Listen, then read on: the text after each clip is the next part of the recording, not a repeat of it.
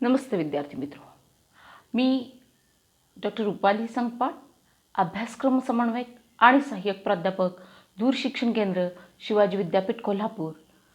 आज आपण BA भाग 1 शिक्षणशास्त्र सत्र दुसरे त्यातील कोर कोर्स पेपर सेकंड शिक्षणाचे समाजशास्त्रीय अधिष्ठान यातील घटक पहिला तो म्हणजे समाजशास्त्र आणि शिक्षण याबद्दल चर्चा करणार आहोत। या सेशनमध्ये आपल्याला समाज व समाजशास्त्राची संकल्पना समजण्यास सहाय्य होईल। सर्वप्रथम आपण समाजशास्त्राची निर्मिती कशी झाली हे जाणून घेऊया। आपल्याला माहितीच आहे की प्रामुख्याने मनुष्य हा समाजशील प्राणी म्हणून ओळखला जातो। समाजशील प्राणी या अर्थानं जेव्हा मनुष्य जन्म घेतो त्यावेळेला त्याच्या पहिल्या अंतक्रिया ह्या आईशी होत असतात।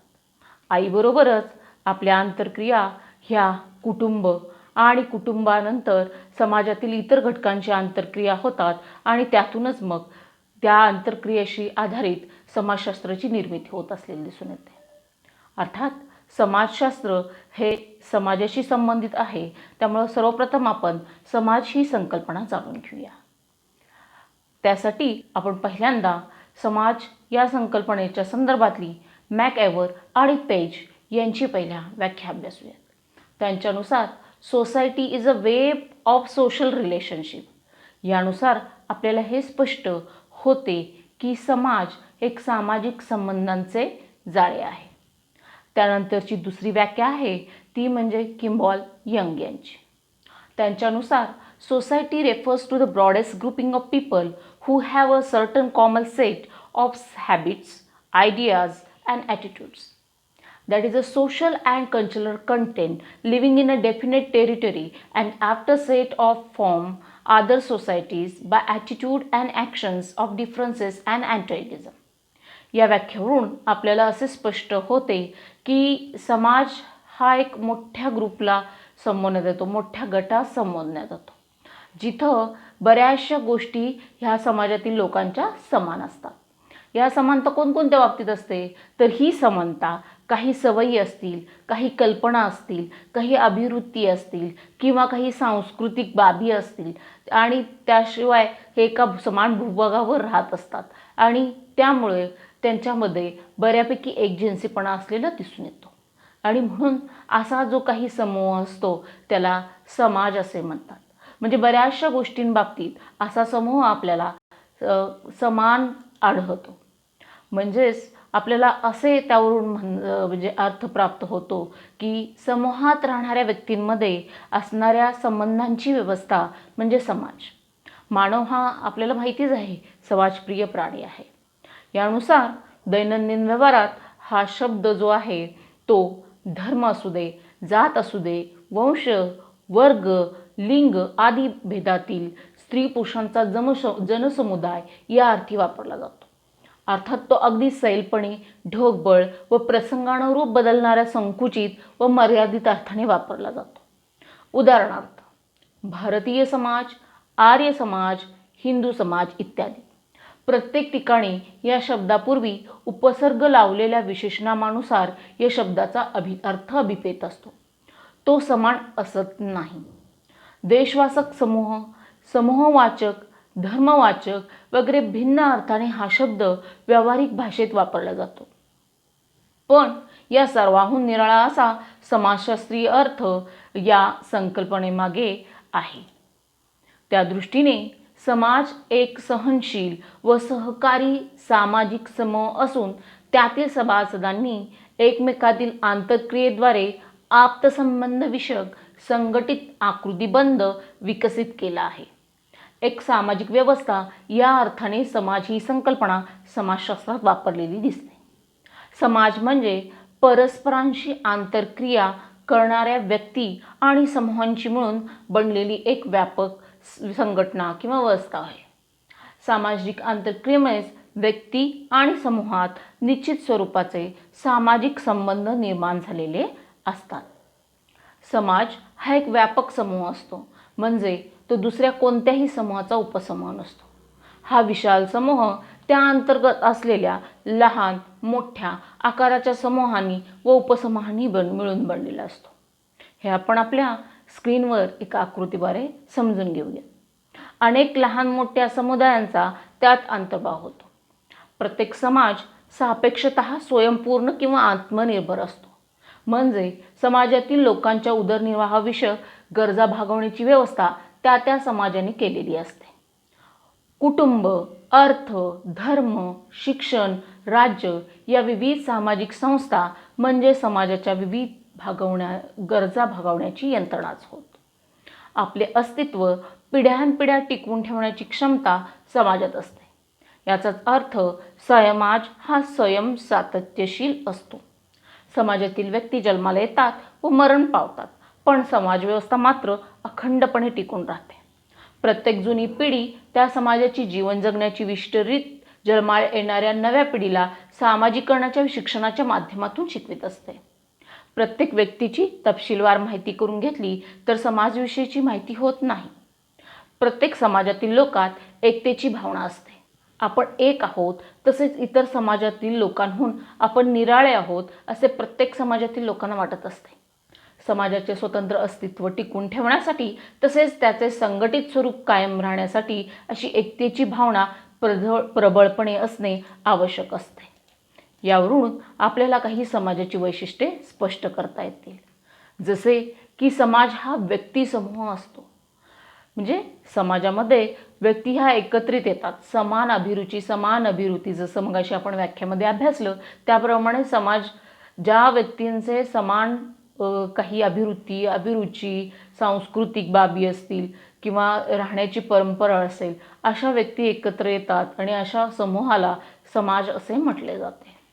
त्यानंतर जो समाज असतो त्या समाजात राहणाऱ्या व्यक्तींच्या सवयी ह्या सारख्या असतात आणि म्हणून तो समान सवयींचा समूह असले. त्यानंतर आपल्याला असे दिसून येते की या समाजाच्या प्रतीके, कल्पना या समान असतात.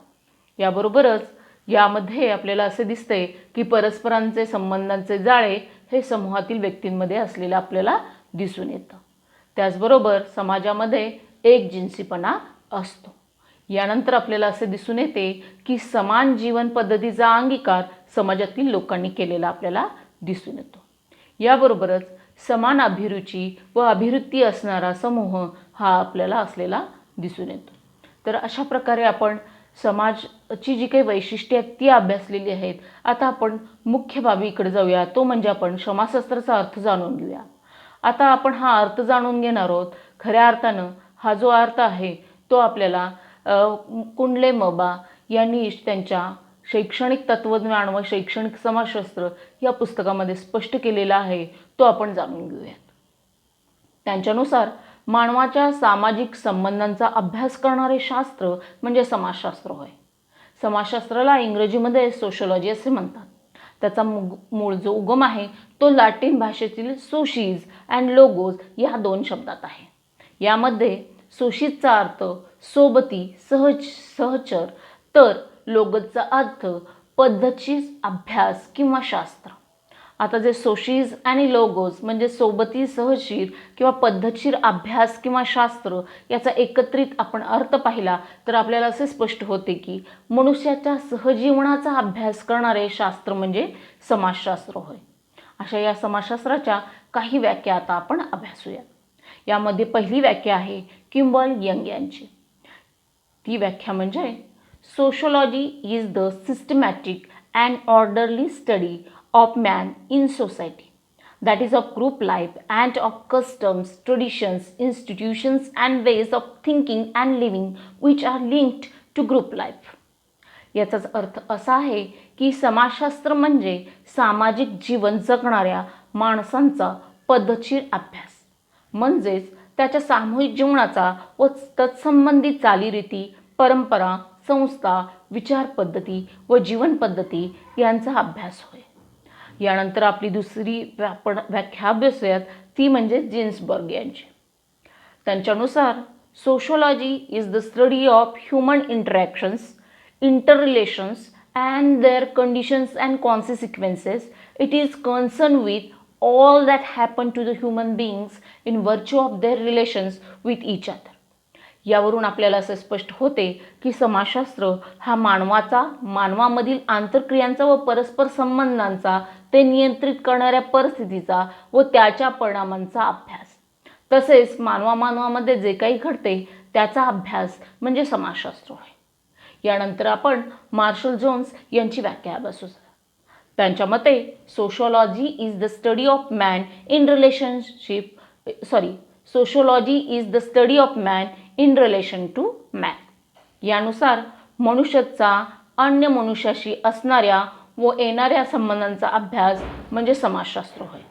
यानंतर आपण मेरिल व एल्ड्रिज यांची व्याख्या अभ्यासूयात. त्यांच्यानुसार sociology is the science of human relationship, म्हणजेच मानवी संबंधाचे विज्ञान म्हणजे समाजशास्त्र होय. असे या व्याख्यावरून आपल्याला हे स्पष्ट होते की समाजशास्त्र म्हणजे समाजाचा वैज्ञानिक पद्धतीने म्हणजे सांगोपांग व पद्धतशीरपणे अभ्यास करणारे शास्त्र होय. सामाजिक व सांस्कृतिक जीवन हे मानवाचे वैशिष्ट्य होय. त्याच्या या सामाजिक व सांस्कृतिक जीवनाची अनेक अंगे आहेत, जसे की राज्यशास्त्र आहे, अर्थशास्त्र आहे, धर्मशास्त्र आहे इत्यादी. या विविध शास्त्रांना सामाजिक शास्त्र असे म्हणतात. परंतु समाजशास्त्र हे व्यक्तींमधील परस्पर संबंध, विविध प्रकारची नाती, मनुष्याच्या समाजातील वर्तन, त्याची कारणमीमांसा याचा अभ्यास करणारे जे शास्त्र असते ते म्हणजे समाजशास्त्र.